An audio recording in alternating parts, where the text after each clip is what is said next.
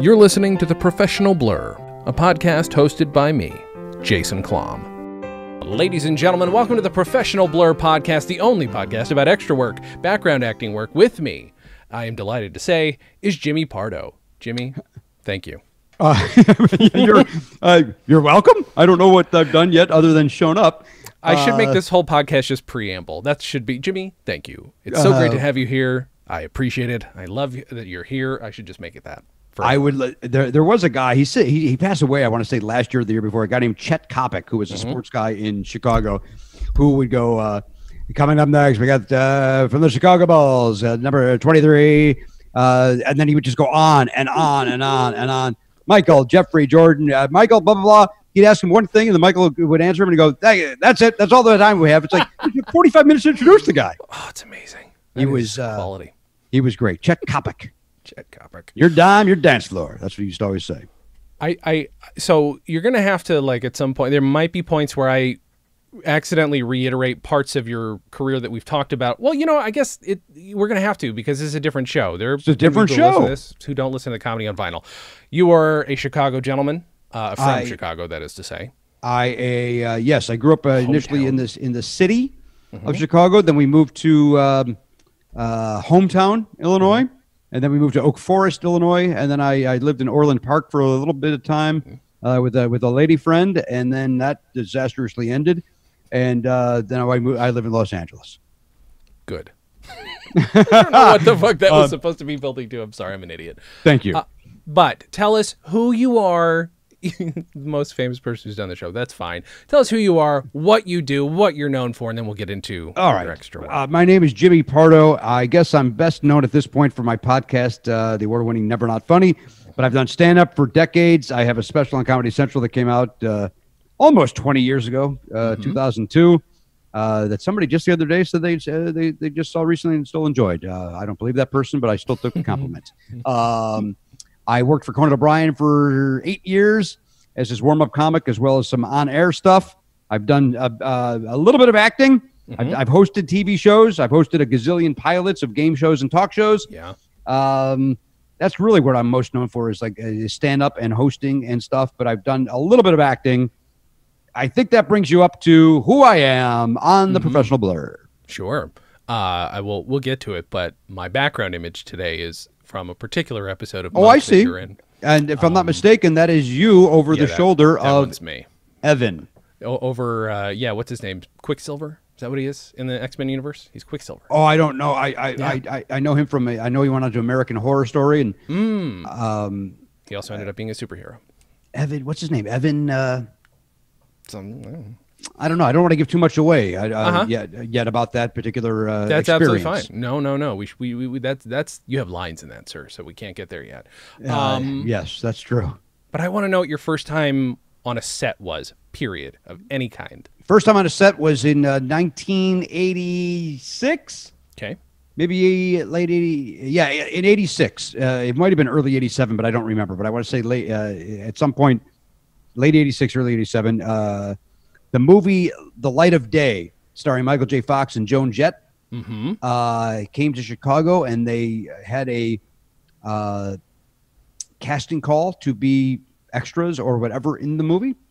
And so on a Saturday afternoon, and a friend of mine was a photographer, and so I brought some headshots with me because I was a professional actor, man. Even though I had done zero acting. I've done some plays in high school. But I don't even think at this point I don't even think I did any community theater or anything like that. And so I don't know what made me think I was more than an extra going to the extra call. You know what I mean? I don't know what made me think that, but I really did. I really thought like, well, they're going to see my headshot and put it at the top of the pile, and I'm going to end up being I'm going to get a role in this movie. Of course, you're going to be Michael J. Fox's best friend. But that's what I thought was going to happen. I didn't know how movies worked. So I got down there, and here's the great thing that happened from the being in line at the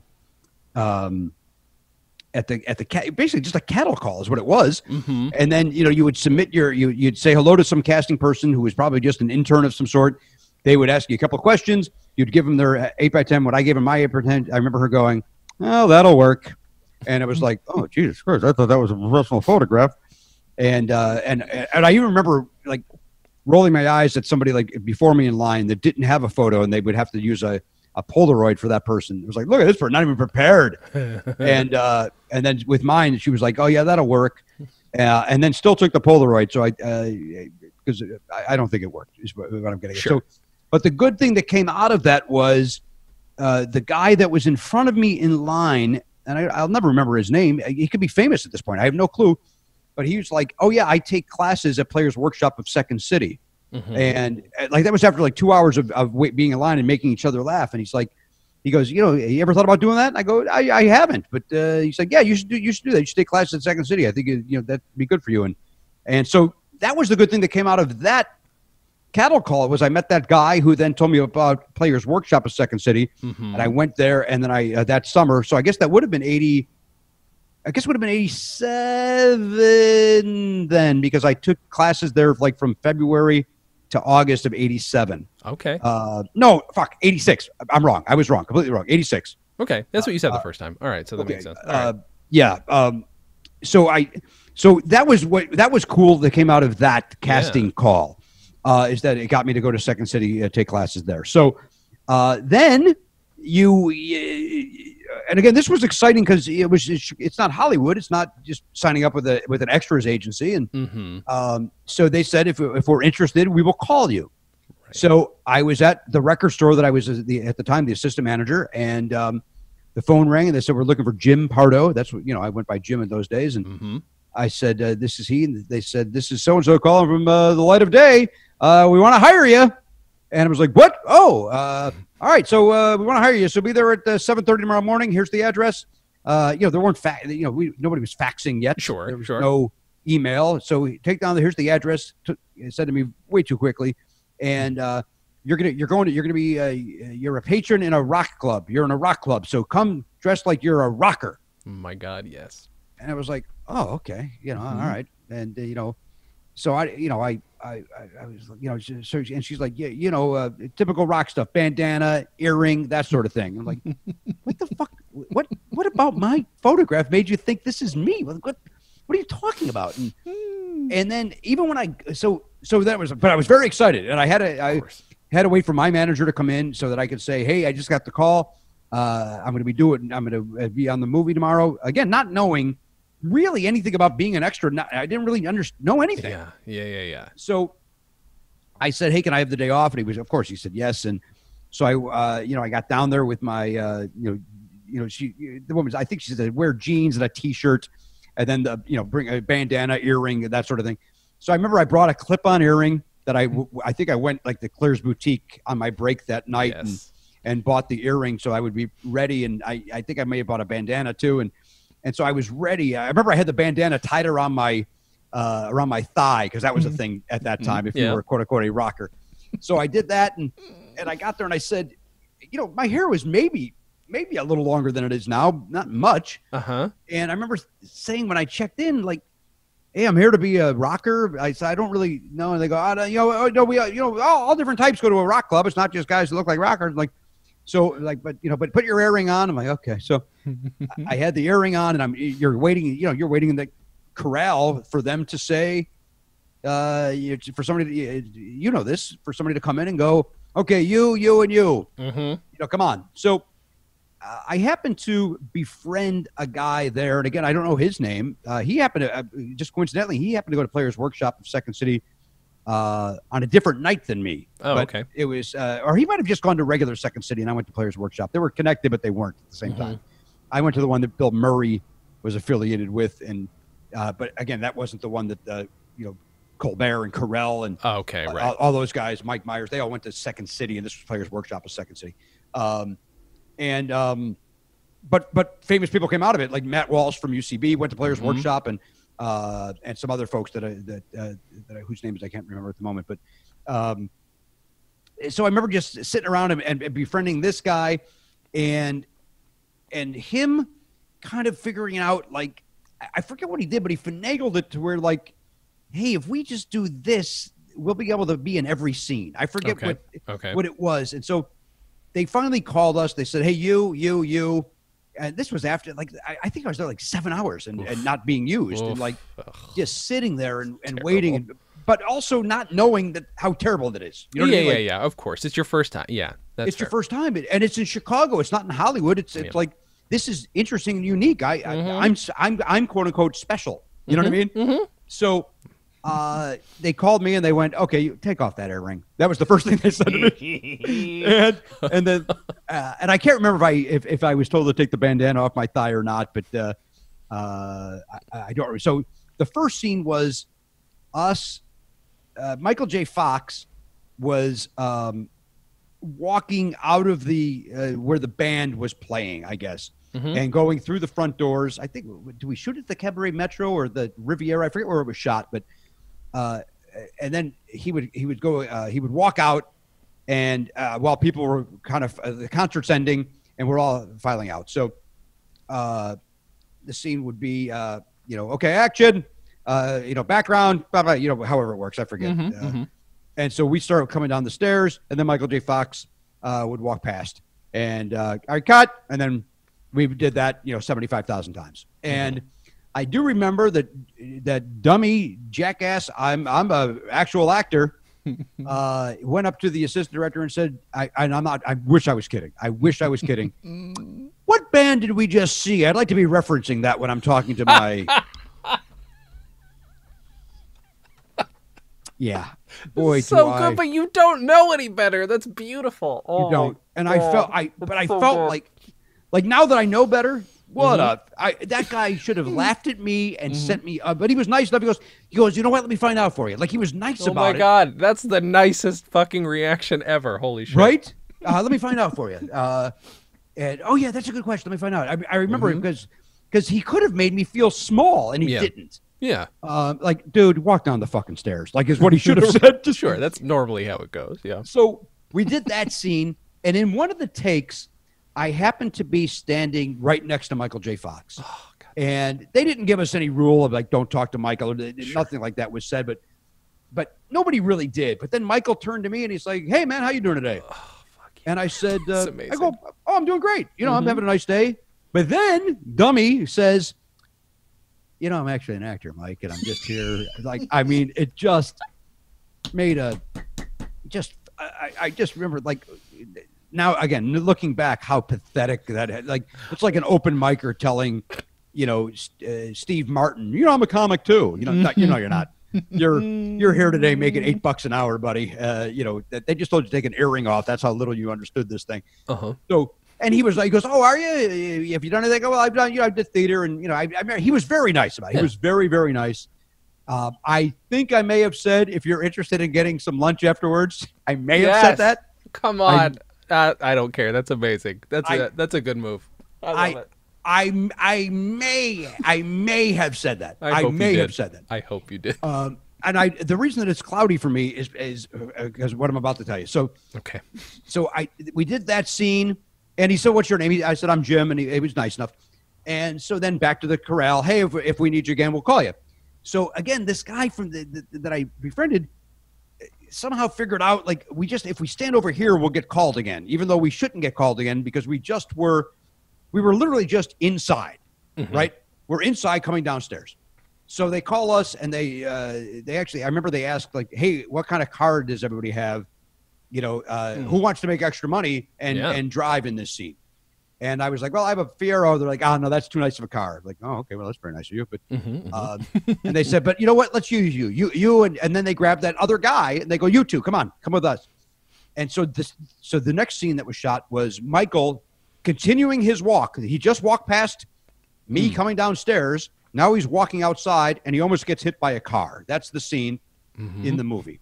And so what you see is, now this scene is me walking into the venue. Okay. So if you're smart enough to see this, if you're looking with eagle eyes, you see Jimmy Pardo walking into the venue and then walking downstairs and leaving the venue, like within seconds of each other. So good. So we're doing that take of him. And what I found years later, I found interesting is, like, he knew right away when a take wasn't happening. Like, he knew, like, instantly, this is not going to be usable, but we got to see it through or whatever. So one time he went past, and this was fun. This was a fun story for me to tell for years. as I would walk past him, he kind of, I don't want to say punch because that's overstating. He kind of like, whacked me in the stomach, and he goes, "What's up, Jimbo?" And and I remember thinking how cool it was because I just met him and said my name an hour earlier, and he remembers that, and he's like, "What's up, Jimbo?" And he hits me, and then all right, cut, and then back to the thing, and then we did that take another, I don't know, 400 times or whatever of course, it was. Yeah. And the reason it took so long was the guy who did get to drive the car. It was supposed to stop, and then Mike is supposed to kind of get out of the way of the car. Mm-hmm. And this guy was never getting close enough. And I remember that Michael J. Fox was even getting frustrated, like, "Dude, pull it up to the line!" Like he was like, and I remember thinking, he's not a professional driver. He's stunt man. Yeah, come on, a guy. So we had to do that scene a bunch. And while we were waiting for that, Michael J. Fox's stand-in came over to me and said, "Hey, do you know Michael?" And I said, "No." And he goes, "Well, why did he hit you and say, 'Hey, what's up, Jimbo?'" And I was like, "I don't know, he's just being nice." And so then his stand-in, who looked a heck of a lot like Michael J. Fox, was chit-chatting and with me. And then I know this one's a fact, I said, "Hey, you want to get something to eat after this?" And he's like, "Yeah, okay, let's do that." And so I don't remember if I also invited Michael J. Fox or if I just invited his stand-in, but I know I did it, and I know how ridiculously pathetic that is as well. I recognize how sad and needy and pathetic that is. I mean, on a level, I see where you're coming from because it's you and you're reliving your own life and how that might make you feel. But on another level, I'm like, I mean, if you have an opportunity to ask Michael J. Fox out to dinner or lunch or whatever, I would take that.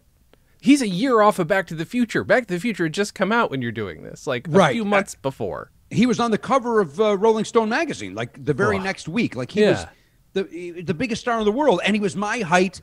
And I kind of wanted to, like, he was my idol for that. He was a funny actor. He's one of the best sitcom actors of all time. Yes. And I was like, and I guess I'm kind of feel the same as you, like, what's the worst that happens? He says no. Like, right.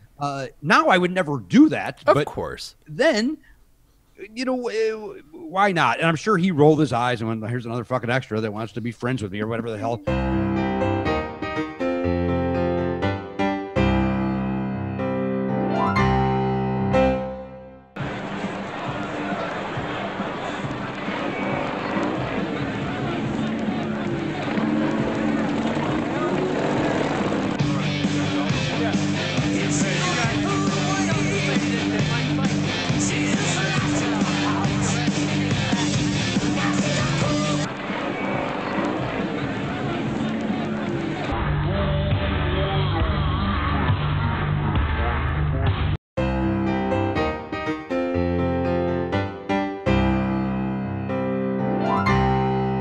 And then when the shoot was over, I was walking out with the lookalike to go to our cars to then go to, it was a famous deli that was not far from where we shot. And I forget the name of it. Okay. We were going to head there, and his car had been towed. So now it was my responsibility. And by that, I mean, I'm saying that very flippantly. It was my responsibility to wait with him and then take him to the tow truck yard. So this thing of me saying want to get lunch turned into me bringing him to the, like, instead of getting home at 1 a.m, I got home at 4 a.m. Because I had to wait with this guy for his car to get out of the pound. As the whole time he was whining about it as if it was my fault that he got towed, when in reality I didn't know anything about I don't know anything about it. You know what I mean? Like, so that was my first time on a set. That long-winded story was my first time on the set ever. No, that was filled with gems. I was just thinking, can you imagine if they'd both said yes, though? That would have been an interesting dinner or lunch, whatever it was. But well, the best part about it, if they both would have said yes, was Mike. There's no way Mike was going to wait around for that car to get out of the pound. Yeah, I know. I would have gone with Mike. I'm not going to stick around with the lookalike, with fake Mike. Also, the one thing I left out was at lunch break, Joan Jett was not shooting that day, but she came to the set and had lunch with the extras, and I found that very God. First of all, I just assumed, well, that's what people do. You're right. She came here for lunch. That's what that's how they eat. And now that I understand show business, how crazy that is. That's insane. And B, that she sat with the extras. Like that was She didn't go to her. It was bananas. That's remarkable. Right? I think I've only heard, and I apologize if I'm forgetting anybody who did eat with the extras on a show I've been on, but I was on the West Wing, and they were like, it's too bad Martin isn't here because Martin Sheen eats with the extras every day. Wait, what? Yes. Apparently he used to be an extra, and according to the guys on set, that's what he did every time. And I've told this story before too, but I'm also on set at the time. We're all supposed to be White House, like reporters or something in a room. It didn't get used, totally cut from the episode. But one of the other guys with me is a guy who had moved from Washington, D.C. because he's one of the guys who got an envelope full of anthrax, and he decided, hey, I'm done with Washington, D.C. I'm now going to be an extra. And now he's playing a guy in Washington, D.C., which I thought was fun. That's what he claimed anyway. He claimed he got one of the anthrax. Uh-oh, you lose me again? Oh, no. Well, you're back. Anthrax. So just assume I didn't interrupt your story. Yeah, no, you're fine. Scott Ian. That's not true. But I did say anthrax. Yeah, long story short, he got an envelope of anthrax and supposedly came out here and decided he's going to try his hand at extra work, which is a weird thing to do. That person today is Jon Hamm. It's the first thing I could think of, if only because he was on your show last week and talked about extra work. Interestingly enough. Yes, he did. I was fascinated by that, by the way, that because I knew John was just a working actor, but yes, you don't imagine that work. He doesn't have a character enough look to me to be an extra. You know what I mean? Like they would just he'd show up and go, dude, we can't have you in the background. You're too. Yeah. But no, I mean, sometimes they blend. It's weird when you find out, because there's some people who I've met who are like, oh no, I would never do extra work, and I'm like, really? Okay, good for you, fucking bravo. But Jon Hamm did it. God damn it. Right, and so apparently Martin Sheen did too. So there's two great actors. So why are you better than that? Right? That's what I'd like to know. Well, my next question is usually what's your first extra gig, but your first time in a set was your first extra gig, which I yes, it was. Interesting and fascinating. And your first celebrity meeting was obvious. Good God, Michael J. Fox. That's your first on-set. Fucking goddamn it, that's good. Sorry, that's just remarkable. Obviously, he's a huge hero of mine.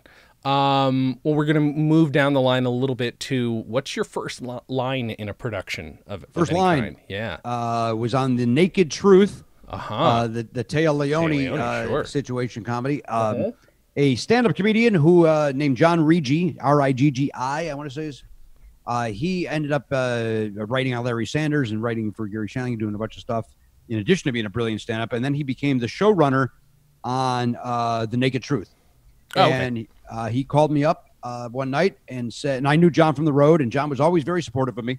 And I had just moved to, I don't remember. How long was I in LA when I got my first line in a sitcom? It was whenever that the North Hollywood bank robbery was. I shot it that day. Oh, really? Because I remember being scared that I wasn't going to be able to get to the set until it occurred to me that nobody can, because if you can't, nobody can, because the streets are all closed off for this. Are you looking that up, Jason? Yeah, February 28th, 97. Okay, so I moved. Well, you know what? I had already done some. That's not. I did a pilot before that with Gary Coleman. What? I'm sorry. Yes, I did a non-union pilot with Gary Coleman called "Looking Up at the Nightly News," where, if I'm not mistaken, all of the cast members were on the shorter side. So looking up at the Nightly News, and I got hired. I cast. I auditioned. Went through a bunch of callbacks, and I was the sports guy. Doing the very stereotypical talking like a sports guy. Hey, we're not a sports guy. Welcome, it's Jimmy with sports, and we're coming up. Anyway, what I was talking about, then going into the regular voice. Anyway, welcome back to sports. We've got a lot going on. Luke Robitaille. And I remember them just laughing like crazy at the audition, and then I got the role. And then the show obviously never went anywhere. But that was my first gig. But I got my SAG card. And my first line and actually on television. So I guess I was answering your question. What was my first line on television? Yeah. That was, not stand-up comedy. Was John Riggi called me up the night before that heist of the North Hollywood bank robbery. He called me up the night before, maybe 2 nights before, and said, hey, how'd you like to get your SAG card? And I was like, that'd be great. And he's like, all right, I'll have the casting department reach out. And then I got there, and I had my one line, and my one line was, This woman wanted to see you.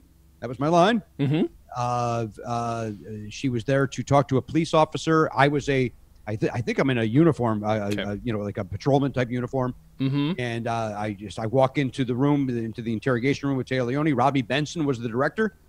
And I remember him giving me direction and not knowing he was talking to me until he was completely done telling me the direction, and then not wanting to embarrass myself by going, "What?" Because I didn't know that he was talking to me. No. And luckily, I was like, okay, I think he said to do this. Okay, that worked out. And it ended up being okay. But, and so I remember that was that day. I remember being so, like, literally being that guy, the Brady Bunch, stop, who goes there? Whatever that line is from the Brady Bunch, it just, this woman wanted to see you. This woman wanted to see you. This woman wanted to see you. Like doing that over and over in my dressing room for hours.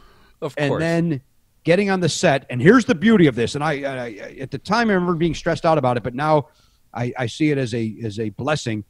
Téa Leoni was dating David Duchovny at the time, and she had I'll just make up a time. She had a 5:15 flight, and we started shooting my scene at 4:00. And she says, "I'm not giving you. I gotta go. I got that plane to go see David. I got 15 minutes. Let's do this."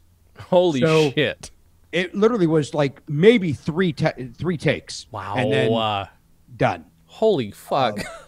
And she gave me, I guess, I was supposed to lead her in by the arm. This woman wanted to see you. And I was maybe going a step too quickly, and my shadow was casting in the room where they were shooting. And she was like, oh, and not meanly. There was like, oh, watch the shadow. Like, all right. Very kindly. Now, one could say, okay. Maybe she does. Hey, dummy, stop with the shadow so she can get on a plane. But it was very nice. And then I got the, I remember being very excited. I had my one line, and people said, great job. And that was it. That was my first line on television. Isn't it amazing? You're now making me think, how many times in this business, and I'm not in SAG or anything, but I've still had plenty of these same moments where it's like, oh, this is it. Plenty of times. And then at the very least, if you have enough of those, the magic kind of at least stays with you a bit, because I still get chills when I'm on a set. I love it. But like, you've had like, oh yeah, I'm on set with Michael J. Fox. This is going to be the thing. And it's not. Then you're working with Gary Coleman. Yeah, right. Not only is it not, it's not. You know what I mean? Like I was back at the record store the next day and regaling everybody with the stories of my time on set. Of course. And then, I kind of thought like, well, here we go. Naked truth. Here's the flip. Everybody's going to know now. I got the SAG card. I remember my dad had to wire the money to SAG so that I could, oh my God, get my SAG card to do the role. Right. However it used to work. Maybe That's it still works that way. Okay. There's no way it paid you enough to get into did it? For what? I don't even know your finances, Jimmy. There's no way, right? There's no one way. line. I can't imagine that. No, I think what would that have been? Maybe $500, and getting into SAG might have been $1,300 or something like that. But right, because it's. But like I do remember now. my dad was kind enough to wire the money. Wow. Going, oh yeah, you got it, Jim. More than happy to help you. If it gets it, probably in his head, if it gets you moving, let's go. Whatever it takes to, for this dream to either end or keep moving. And it was very nice. My friend, I haven't seen him in years, but Mark Roberts was a series regular on that, and he went on to create Mike and Molly and some other things. So it was very nice that the many hours I had of downtime, like he came into my dressing room and we laughed and joked and everything. And so while I was obsessing about my one line, at least I was able to laugh and have a good time while I was waiting to do my scene. Jesus Christ, so the pressure. I'm sorry, but my God, 15 minutes or whatever that was so that she can fly to Vancouver. Holy crap. And again, it was just one line. It was really hard to screw that up. I'm sure I thought of a million ways to screw it up, but luckily, anytime I think we did 3 takes, but I think I was fine for all 3, and it was never my fault that we had to do it again. I've had many a job where it was my fault. That one was not. We'll probably have to get to that because that's now a question finally. Right. Basically, have you ever fucked up a take? And I will tell you, I've got some doozies. What about so in between? Let's just go back a little bit because some people have I interviewed a friend of mine who I didn't know had done 600 extra jobs. Oh my gosh! Yeah, and I'm like, oh well, you should be hosting this show, not me. But in between. How much extra work do you think you did, and did you do any out here, or was that not even on the table? I did zero. Zero. So just the one extra gig. I did one. The one time I did do it. My roommate Pat, when I first moved to LA, I shared in North Hollywood. I had an apartment with a guy named Pat, and he would do a lot of extra work. And I would bank my road money as a stand-up, and that's how I would live. And he would do extra work, and he would always call in the night before. That's how it worked at the time. I remember him calling up and to see what was needed the next day. And if you were right for it, you pressed 1 or something, and that would send you on to the next level. And you would either get the call to come in or not. I forget exactly how it worked, but that's how it worked then. And he's like, hey, you should do this with me. You should do it.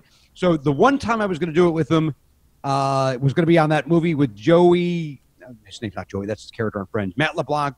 The monkey baseball movie. Yeah. Ed, maybe. Ed, maybe. I think so. And it was rained out. So there was the one time I was going to do it. Damn it. Because Pat was like, dude, this is the easiest extra work in the world. We just sit in the stands. We just sit in stands and cheer when they tell us to and read a book when they don't. This is the easiest. And like, okay, I'll do that one and go and make, at the time it was $8 an hour. And, I'll make $80 for the 10 hours or whatever. So, I'll do that. I'm sitting at home doing nothing. And it was rained out. The one time it rains all year. And so I didn't do that, but I did do one time where I did extra work sitting in the audience for a talk show. I did do that. Oh, yeah. For Dr. Will Miller, I think is what it was. Okay. And I remember Don't know who that is. That I think he was a comic as well. Who there's also, oddly enough, there's another comic named Dr. Will Miller in Chicago now, but it's not the same guy. Weird. Okay. He had a daytime talk show. And I sat there doing that and remember just thinking, this is the worst 4 hours of my life. It doesn't get worse than this. This is no amount of money is worth this nightmare. Yeah. And it was only like 4 hours. It was like $32, which, by the way, you want to hand me $32 right now? I who doesn't need $32? Yeah. But I remember just like, and being yelled at, not just me, but all of us, keep your energy up. Focus. Yeah, you can't have your eyes closed. Like, it just was fucking So horrible. Instead of a warm-up comic, they've got that. That's, boy, at least a warm-up comic is trying, and you feel bad if they're doing poorly. At least there's that. You know what I'm saying? In fact, there was the warm-up comic, and it was a woman who... There was, okay. But then they were like, okay, Deborah, we're ready. And then she would go away, and then we'd be yelled at. So that was the only extra work I did at all, besides that Light of Day. That would be it. I got paid to be a laugher on a show that went almost nowhere, but it was by the Will and Grace guys. But I got paid to laugh at a very unfunny show. Oh, geez. Like you would sit in a room and watch the video, and then they record live. No, live audience. But they paid some of us $75 flat just to sit there for 5 hours and let them shoot a really boring, unfunny show. It's too bad. Yeah, it's called Four Kings. Starred Seth Green and some other guys I've never heard of.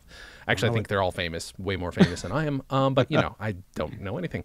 And then I also got paid to do Price is Right once, which was fun. Wait, you got paid to do Price is Right? Yes, we were not allowed to participate because it was military day. So they got all their military, then they needed some buffer, and so we got paid to be the buffer and just watch Drew Carey be charming and watch people play. It was a good time. Sorry, sometimes that's part of the show. I bring up my incredibly boring stories. I disagree. I like hearing your stories as much as I like hearing my own voice. Okay, well, that's delightful. I want to... Boy, do we get to this already? No, we shouldn't. No, we can't. We can't get to this part because we got to get to some other, like, 5 and under bit parts, as it were. I don't know if that's the word bit parts. Hit me with it. We got Monk. We don't have to talk about Monk, but... Is Monk 5 or under, or is Monk... I don't... you got quite a bit of screen time in that, so I don't know. You tell me. It might be, actual lines might be 5 or under, but there is a lot of screen time. I will give you that. Yes, there is. What else did I do before that? Well, I did that 70s show. Oh, right, yeah. Where that one's a pretty decent sized role. That one was interestingly the short version of the long story of that was I was cast to play the station manager who fires Elijah Dushku. Okay. Who fires Hot Donna and replaces her with Eliza Dushku. So I had a couple of scenes, and I remember I had a really good audition for that. The casting director I had auditioned for a lot, and so he brought me right to producers, and I had a really good audition. It was one that, like, a very rare, I left and got in my car and felt good about it. And then I got it, and I guess what ended up happening was, did we talk about this one before? It was Howard Hessman or Tommy Chong or somebody was the station manager. Tommy Chong was on this show. I know that for sure. I wonder if it was him or Howard Hessman. Okay. And they were having contract problems, so I was the new station manager. Interesting. Okay. And I remember we rehearsed, and it was only 3 days on the set. It was wonderful, and so we're shooting it, and so between the dress rehearsal in the afternoon and the night taping, I'm back in rehearsal I'm back in the makeup room getting touch up, and Topher Grace is like, "Hey man, I just want to tell you, everybody thinks you're hysterical." And I was getting big laughs. I was actually, which was, of course gives you confidence, and so you're not scared. And I remember I asked for a mug. I wanted a mug as a prop to hold, a coffee mug. And I remember saying, "Hey, can I get a mug?" And I remember in my head going, am I even allowed to ask for that? I don't know what the rules are on this. And the director going, "Can we get Jimmy a mug, please? Let's get Jimmy a mug." All right. Actor wants a mug, and like, oh Jesus Christ! And then here comes this mug. So I'm in the makeup room, and Topher's like, "Hey man, you're really getting some big laughs out there. In fact, I don't know if you've heard, they're talking about making you recurring and having you be the new station manager and coming back." And I was like, "Oh no, that's great. That's great. Oh, that's nice. Thank you." And then now I'm in my freaking head because holy shit. Now, luckily, it went well in front of the audience. Sure. And then whatever happened, Howard Hessman or Tommy Chong, whoever it was, came back, and I was not a series regular. I was not a recurring role. I don't know if I ever really needed to have that information, Topher. So, cut to Topher Grace tells the story. What I would do with all the guest stars is I would tell them they're going to be recurring to make them comfortable. Right. So I did that. So that 70 show. And then I also did the Army show, where I believe I have 1.5 lines on that, where I go to a bikini car wash and I pull up and the guy says, "Aloha, Mr. Hand." I nod because there's no line for me to say hello. And then I said, I'll take a wash or whatever. And he goes, "Oh, I'm sorry, we're closed." And I yell, "No!" as the camera, I think, zooms in on my face. And I had to drive a car, so I got a little extra money because I had to drive a car in the up to the car wash. And so I think that was it. Just basically 1.5 lines in that. And then I think, I did some other stuff. I don't really remember. I know you did. Becker. I did Becker. Yeah, of course. That was before Ted Danson. That was great. I had a great audition for that. And then I remember I get to the set for Becker, and overwhelming. It's always, I've never been comfortable on a set ever. Okay. Ever. Okay. You're joining a family. You're the outsider. They're a family. And, but Ted Danson did everything in his power to make me comfortable. He really did. And that's nice. I just had one scene. Some other young man was the other guest role. He was kind of like some student learning about being a doctor. And so the episode was about him. And I was a patient who was bamboozling Ted Danson to get some free tongue depressors. So, so I meet Ted Danson. He is, again, very nice. The entire crew and cast were nice. They were all professional. They'd been doing the show for so long. Ted Danson's been doing it forever. There's nobody stressed out on the set. They're all really nice people. And I had happened to take acting classes from a guy named, I want to say, David Kagan, when I first moved to LA. And he was friends with Ted Danson. And so I said to Ted, "Oh, by the way, I used to take classes from David Kagan." He goes, "Oh, my old college roommate." And then so we talked about acting classes for a little bit. So it was, again, nice. And then we go in to rehearse my scene, and Ted Danson, he goes, "Hey, Mr. Ford, to me and I go, hello, whatever my line is. And do you mind if this kid shadows me today? He's learning about this guy. Oh, no problem at all. And then he goes, okay, first things first. He's talking to the kid now. First things first. And he goes to grab my ankle because I was there for a broken ankle or a hurt ankle. First things first. He grabs my ankle.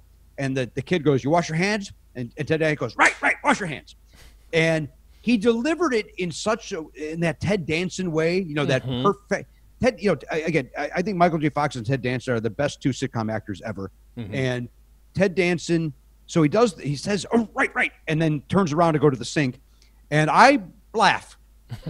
I just break character and laugh. Uh-huh. And nobody got mad. It's rehearsal. Sure. And so we do it again. And okay, great. And nobody's ever. The kid's getting direction. Ted's getting direction. I'm never getting any direction. So I'm like, well, I must be doing something right because I was always told, unless they tell you something, of course, you're doing okay. What you're doing, yeah.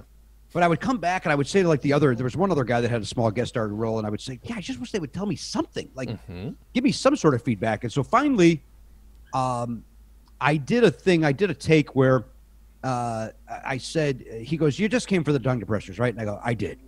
And he goes, take them. And I grab a handful, and then I improvised. I start walking out. I turn around and grab the whole box.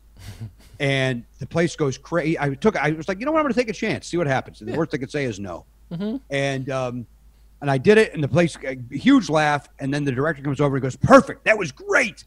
And I walked off, and then I remember the actor saying, well, you finally got your direction. So like, it felt good to finally get it. And then when we shot in front of the audience, the first take was, I thought I did an okay job. And when it was over, when we did the first take, Ted's like, hey, what's wrong? You seem down. And I said, I kind of screwed that up. He goes, that's why we do too. I'm like, oh, okay. Mm-hmm. So then I see Ted talking to the producer. And then the producer came over to me and I'm like, oh, what the shit is this now? And he goes, hey, Ted thinks you're great, but don't hold back this time. Really, really let him have it. And I was like, oh, okay. So he goes, take the governor off a little bit. I remember that word. Okay. And not really knowing what that meant. I wasn't aware of the phrase, take the governor off. Right. And I figured it out based on, clues from the other sentences around that of what to do. And you haven't repaired a lot of golf carts in your time, is what you're saying. No, I have not. I don't know what like I didn't understand what do politics have to do with it? Like, I just didn't understand it. So when I came back and Ted goes, hey, not as big as he just said. So it's like, okay. And so we did it again, and it went fine, and then it was done, and then you have it's over, and you're done, and then you go back to being sad because you're no longer in front of cameras. So there was Becker. And then is it Monk? Is it Monk? Let's see. We got IMDb page. Actually, we got Becker. Then we got Funny Money. Where that's big laughs, get you big bucks, and then get you canceled. Thank you. That 70s Show. A few other things. And then the sad one, the one that I really wish we could see you in, which is Dreamgirls. Oh, that was the. God damn it. That's too long of a story to get into. I know. Long story short, Jimmy's cut from it, and it's not fair. I would really love to see that footage. I would really. You and me both, brother. Boy, do I wish I could even get the footage. God damn it, that'd be great. Because I was able to see. What's that? Who directed that film? Somebody big, right? Probably. I don't know. What the heck is his name? Bill Condon. Yeah. Yeah. Mm-hmm. But then, yes, a couple things after that. You are the association president. That is your name. That is your character name in Monk, 2008. Monk. By the way, the Dreamgirls was just one line. That was. Ladies and gentlemen, the Crystal Ballroom is proud to present for the first time The Dreams.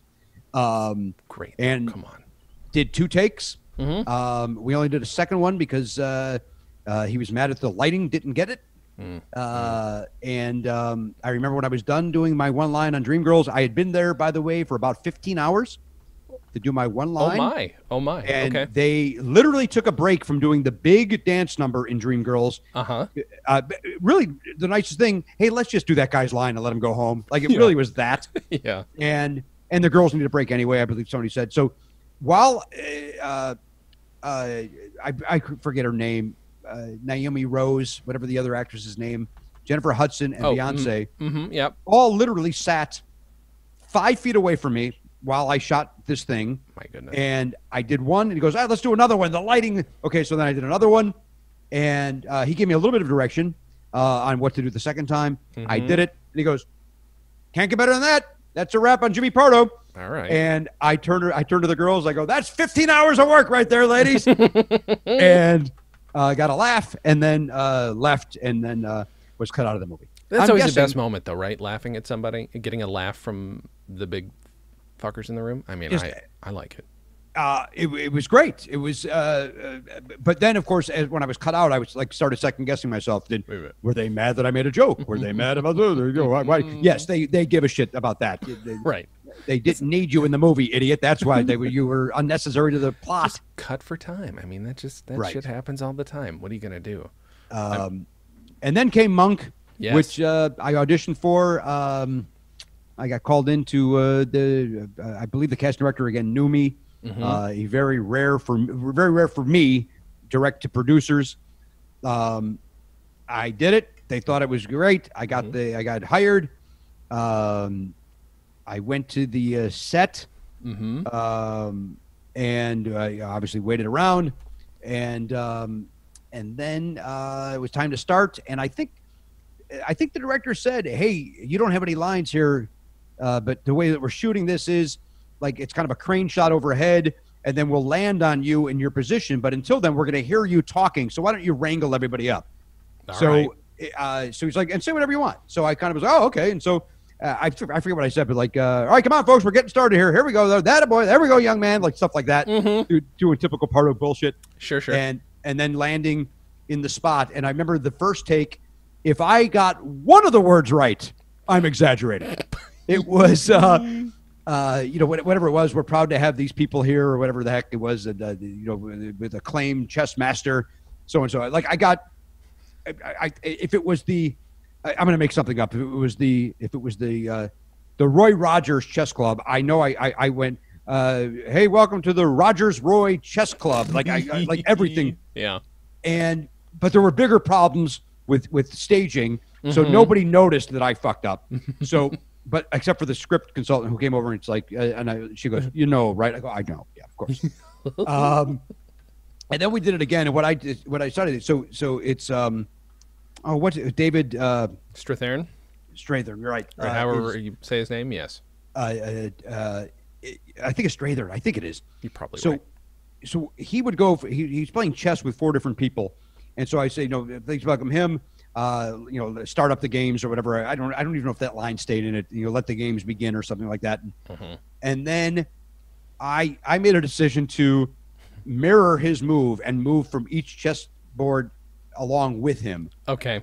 And I remember going, again, if I just get out of the way, I'm out of the way. If I do this, in rehearsal, the least they could say is, Jimmy, don't do that. Yeah. And they said, hey, Jimmy, don't do that. You're all, and they, you know how directors can be nice about it, where they spin it nice, where they're like, sure, you're all business. You're all business. You say your speech, you welcome him. You're all business. You're off. You're not the type that's going to linger. Like he made me feel good about telling me my idea was shit. So we did that, and then for some reason we had a break in between, literally in the middle of us shooting it. It was lunch. And like, I don't even like, why did you start this right before lunch? And then I remember walking around and getting the food and stuff. And both Tony Shalhoub and David Strathairn are telling me how funny I am. Man, you're so funny. Boy, this is great. Oh my God, what a funny scene. You're so funny in this. I don't know if there's any funny. I don't understand it. There's not a single joke in there, but maybe they were talking about me corralling the people. I don't know. Maybe they found that entertaining. Oh, yeah. Evan, the young man, I think that was his first job. I think you're right. Yeah. And he came over to me and he's like, oh man, you're making me feel so comfortable. You're so funny and making me feel loose. I'm like, I don't know what I'm doing, man. There's first of all, I'm inside. I'm stressed out of my mind because I've screwed up the lines already. Sure. And, but then I heard back, Paul F. Tompkins was friends with one of the producers. He said, hey man, I just got word that they thought you were hysterical on the set today. I'm like, all right. I don't know what the frick they're talking about, but I'll take it. And, I mean, you play as a very joyful presence on screen. You're fun to watch. You work. But that's interesting. The thing is, like, you were doing a lot of shit in between that probably was really perking up their I don't think ears. so, Jason. No, I don't. I was in between. I was over there panicked that I got the two words wrong. Like, but you know, it ends up being a nice piece of tape, and so Yeah. I did that. Yeah. I don't remember any of the things you're talking about. I was there, but that's because I was worried that I was going to die, you know, at any moment. You know, if I don't get this $80, no, it's more like 50 at the end of the day, you know, I will probably starve to death. I think it's fascinating that you and I were both there on the same day, and now we're friends. I think that is that is craziness. And how funny would it be, by the way, if you did remember all these details and you go, oh yeah, there wasn't a lighting problem. You were fucking up your lines. Right. That was my first thought of like, oh my God, thank God nothing's coming flooding back to me all of a sudden. Where I was like, yeah, there was this really annoying guy on fucking on set. God. Couldn't handle it. I just remember being excited that David Strathern was there. And I'm a fucking massive Tony Shalhoub fan from probably going back to Wings. Even though he was great on Wings. I mean, he might have been the good part of it. I love Steven Weber. Actually, I love everybody on that show. Maybe it's a good show. I don't know. I'll have to. I think it's a good show that we just got a little worn out on because it was on for like 9 years or some shit and didn't need to be. But I think it was a good show that, at least for the time, I remember laughing at it and enjoying it. And when I finally met Steven Weber, being excited about meeting Steven Weber because he was so great on that show. Yeah, I sold him some baby toys at FAO Schwartz, and he was very nice. Oh. Yeah. See, he's a nice man. He's a very kind gentleman. I really wish you know, the thing is, like, you've got all these memories because, of course, if you've got lines, this stuff is like registers and you remember. And this is another, I hate being here. It's too warm. I don't want to break these glasses because I've done that before. It wasn't my fault. I swear to God. It was on CSI. The glasses just broke. I was just walking. It broke. And just shatter? They just shatter. And then Glenn Headley looks at me, stares daggers into me, and I'm like, "Oh fuck!" And it wasn't me. And she seemed unhappy that I had broken these glasses. I don't like.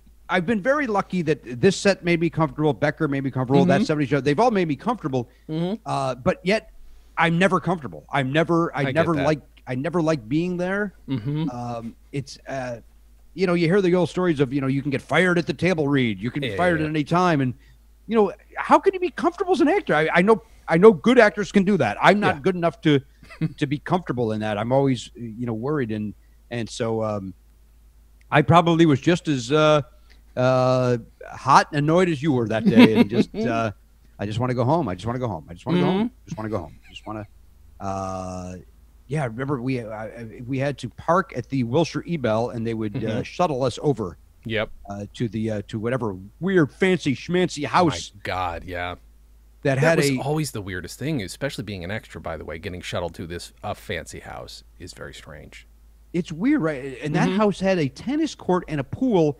Oh yeah. That was on a lot that was like lower than the house lot, to where like it looked like they tore another house down and then built the tennis court and pool. That's how huge it was. Like, where the F are we? This isn't a residential area. This looks like it's, you know, like a museum. It's so huge, this place. It was crazy. I was an extra on The Hangover for 3 days, and the house that we talked to the lady who owned the house because we were so far off. Literally, we were deep background, like as far off as you can be. And she's just like, yeah, no, this is okay. This is fine. And I wish I could not imagine because everybody's tramping through her house. She's like, no, I paid for my kids' school. And it's like, holy fuck, how much are they paying you? Now, you're rich enough already, lady, considering a Pasadena several-story house, but holy fuck, I can't imagine how much they. You know, we got contacted once, Danielle and I. A guy came to our door and he said, "Hey, would you ever be interested in having using your house for a set?" Okay. And we were, you know, we talked about it like, no. And then the guy like literally said, you know, you make, I don't remember what the amount was. You make X amount of money a day. You got it. Yeah. Bring it on. How many days do you need, my man? And they came. They took photographs of our house and they measured everything, and then they did not use our house, which was a bummer because it was like one of those like, this will pay for our vacation. This will be It's because it's crazy money to use your house. And if you don't have pets, you know, it's much easier to just get the fuck out for a couple days and go to a hotel. So if you have to, you know, I forget what the TV show was. It was a show that was on, but I don't remember what it was. But damn it, I remember going, yeah, you know what? For the money, we can go to a hotel for 3 days. Use our place. Let's go. Yeah, of course. God damn it. That's annoying. I wish you'd have gotten it, Jimmy. I really. Yeah, I mean, well, listen, we can't. I've had enough good luck in my life. I guess that was just one that didn't come my way. How about let's do this? Okay. Let's do 5 and over, which is the only segment on this podcast where we talk about one role, either 5 lines or under, or your extra role in that movie with Michael J. Fox. And it can be spun off in any direction. Does not have to be the same medium. Does not have to be the same genre. So it can be a comedy going to a drama. It can be a fucking movie going to a comic book. I don't care. I'd like to think it'd be that guy that went to see Michael J. Fox's band in that bar. I think that young man had some dreams, and he was there to see what it's like to start out at the bottom and then become a big rock star. So yeah, that guy. You know what? He puts his earring back on. He gets some photographs with the rest of his band, and they go on, and they're a very successful band. And that's it's against type for me, but it's a drama. It's a drama. All right. And we get to see all about that guy. That would be Jimbo. If I all about Jimbo. We call it Jimbo, and it's produced by Michael J. Fox. And we all make a couple of bucks out of it. Can we make this movie now? I'll get his people on the line and see if he's willing to do a sequel, a spinoff. Give Mike a call. See if he's interested in being bored by Jimbo from that shoot. Here's the thing, Jimmy. I have fantasies of if I won the lottery, the things I would do, and one of them is something that stupid, where I would be, Jimmy, you have no choice but to do this movie, given the amount of money I will now give you. You have to do this movie. Michael J. Fox doesn't have to, but I bet I could get a cameo for a few $1,000s and then make the movie happen. So I'm just saying this right now. If I win the lottery and it's a substantial amount, we're making that Jimbo. I'm in. Movie. I'm ready to go. Thank you. I can go to a Claire's boutique or something and get a clip-on earring. Hell, for that kind of money, I'll get an earring. Okay, but there we go. Nope, that's not the right thing. Oh, I was going to ask you. Yes, this is a new question on the show. Your favorite craft service item on set? I'm always uncomfortable eating the actual food. Really? I don't know why. I'm uncomfortable getting like, we're all having pork chops. I'm uncomfortable with that. So I always fill up on the cookies and the junk food. I've gotten better about it. But back in those days, I mean, now I understand, hey, that's your dinner or lunch, idiots. You're right. Yeah. But back in the Becker days or that 70s show, I either grabbed the food and brought it to my trailer so I'd be away from everybody, or I would just throughout the day nibble on the snacks, and then when dinner came, wouldn't be hungry. There's a lot of, I mean, I can imagine just knowing who I am and maybe knowing some of our personality similarities, I would at the very least be like, oh, I don't belong here. Be a lot of imposter syndrome. I should not have this at all. And I've done that before as an extra, because you definitely can't actually do some shit as an extra. There's a lot you're not allowed to do or eat. It's ridiculous. It's insane. The hierarchy is, yeah. We're at the end of the day, we're all human beings. And that's the one thing I did learn from the adults on that 70s show. It's like they treated everybody equally, and they're like, we're all just working actors. Like we just happen to be lucky right now to have a full-time gig. Yeah. And I forget who said that. It was one of the fathers on that 70s show said that to somebody, because what ended up happening, this is funny, like we went into somebody's trailer. I forget which of the big stars wouldn't leave their trailer, so we had to do the reading in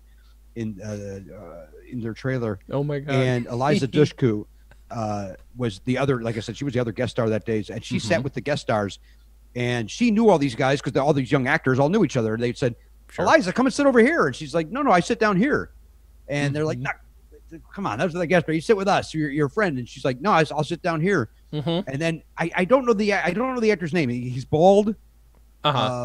You've seen him in everything. He's a he's a good actor. Here's the thing. He's like really well known, and I can never draw his name. I was trying to do it the other day. Jesus Christ. I can't pull it. I can hear the rhythm of his voice in my head, but I can't pull it. It is Kurtwood Smith. Jesus Christ. That's it.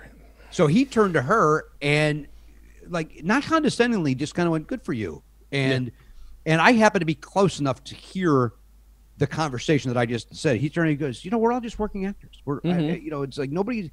It's ridiculous that there's a star thing." And like I was like, again, I was not part of that conversation. I just overheard it. It wasn't even meant for me to hear. But it was like in my head, it was like, what a good guy. What a I've been in situations where I've heard the opposite. Oh, really? I have a Mad Men story. It's fine though.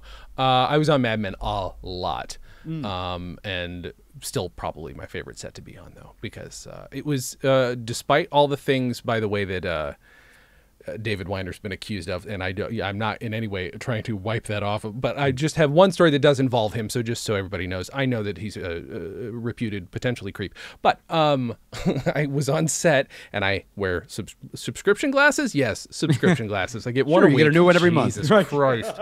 Prescription glasses, and I'm on set in my nice tailored suit, because I think I was probably a permanent or a regular extra by then, and in walks David Weiner, and he stops right here and just turns to me, and he's like, "Are you wearing those glasses?" I'm like, No, not on set. Like, out of the corner of his eye, I knew that these were not the appropriate, because I had glasses where I can't see a thing to wear that were period appropriate. So it was that kind of insane attention to detail, which I kind of loved. I kind of loved. You know, except that when I wore those glasses, I had to literally be arm in arm with a woman, because I would have knocked into things. Oh, Jesus. I'm almost blind. Fun time. Jimmy, have you ever fucked up a take, speaking of knocking into things? Well, I've massively done it. I did a commercial for a local cell phone company, a local Bay Area cell phone company. And I mean, I've screwed up takes a billion times on when I was hosting game shows or whatever. Sure. And who cares? It would never bother me. But this particular one was, the line was, but wait, what good are a million minutes if I can't use them when I want? That was the line. That I'm not kidding you. Took me 3 hours to get correct. Oh shit. And it was one of those where it was a small production company. It was a small cell phone. They flew me from L.A. I auditioned. They flew me from L.A. up to the Bay Area. The producer was like, "Oh, the client loves you." And they're so excited. They can't believe they got somebody from Hollywood to do their commercial. Like, she gave me all this confidence. And I got there, and it just all went away. And I remember my flight was like, because it was a small budget, like they flew me in the night before so we could start early. My flight was at like 5 p.m. And that, I think I got on a 9:30 flight. Like, it was, and they kept on saying, "Hey, Jimmy, we're so sorry. We got to push your flight back." And I'm like, "You're sorry? It's my fault. It's my." Right. And it was, Jason, I've never been more humiliated in my life. I felt foolish. Like, the ad guy's trying to give me a line read because I'm not coming anywhere near it. It was humiliating. That's how bad it was. I want to say, like I say, when I say 3 hours, it had to be like 40 takes. Like, that's how freaking horrible it was. It was horrible. It was just. It's because anxiety is the devil. That's what anxiety does to you. I mean, and no other actor in the like, it was a spokesman type thing. Yeah, and nobody else there to like lift me up. It was just me flailing and seeing the producers at one table that would talk to each other. And it's like, well, and usually I always tell young people, they're never talking about you. So stop thinking it's about you. Sure. There was no doubt in my mind that day they were talking about me. And it was the worst. That was awful. Oh boy. Just awful. Would it make you feel any better? I'll repeat a story, but yes, please. I'd love to hear it. Okay. There's a show called Joan of Arcadia that starred Amber Tamblyn. Yes. I was on there a lot, usually as an AV type or just nerd, often, because I could still be, I was 24 or something, but I could still be high school age looking. And there's one thing where I was supposed to, the camera was going into a room, there's a doorway, and I'm supposed to cross in front of it. And what happens is sometimes an AD will be like, cross in front of it, and they don't, in their head, they've actually misimagined how they're actually going to shoot the shot. There's no room for you to do it. I act so literally, like when Michael Scott drives off into that pond, where I'm just like, no, I have to. And so I just fucking head on right into the camera and just destroyed a take. They were nice about it, but I destroyed a take.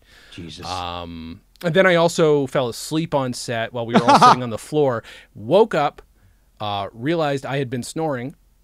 Everyone on set is staring at me. And I'm just hoping they didn't know that I just had a very crazy sex dream on set, because I'm so worried that I was just vocalizing. Hopefully not. Right. Just snores. Talked about that one before, but that's just one of the most embarrassing moments of my life. I would imagine. I couldn't imagine. I would literally grab my stuff and say thank you for your time and leave. I stuck around for some reason. You're stronger than I am. Oh boy. Or glutton for punishment. Maybe. Yeah, it could go either way. I went with the positive.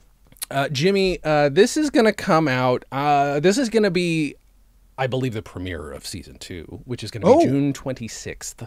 Exciting. So what do you have to promote, if anything? Of course, my award-winning podcast, Never Not Funny, which you can find at nevernotfunny.com. We're doing 3 episodes a week if you are a paid subscriber during this crazy time. And that's about it. That's really all I have going on. I can't leave my house. I know, Jimmy. It's not fair.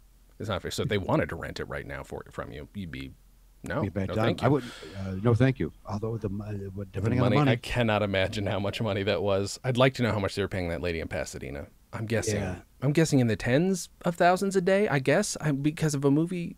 Oh, it wasn't that big of a movie. It became bigger. Whatever. I was just excited to see Zach Galifianakis and Ed Helms in person. Fun. I mean, come on, watching those guys improvise. Yeah.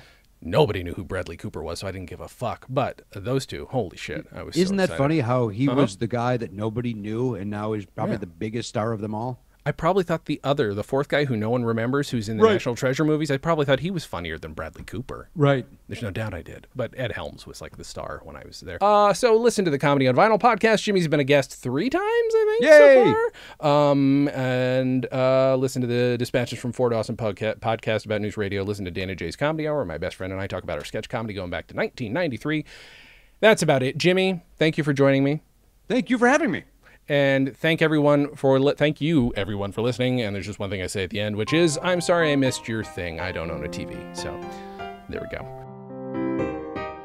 You can find The Professional Blur on Apple Podcasts, Google Podcasts, Spotify, Stitcher, and anywhere else you find podcasts. And follow Jason on Instagram at Jason Klamm and follow his hashtag, The Professional Blur. Stolen Dress Entertainment.